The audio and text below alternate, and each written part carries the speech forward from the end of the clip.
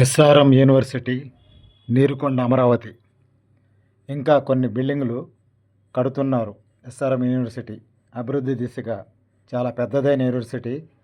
అమరావతి రాజధానిలో నీరుకొండ ప్రాంతంలో SRM university ఉంది. చాలా పెద్దదైన యూనివర్సిటీ. దీనికి హెడ్ క్వార్టర్ తమిళనాడులో ఉంది.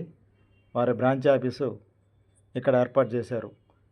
చాలా పెద్ద యూనివర్సిటీ ఎస్ఆర్ఎం యూనివర్సిటీ అమరావతి రాజధానిలో ఉంది.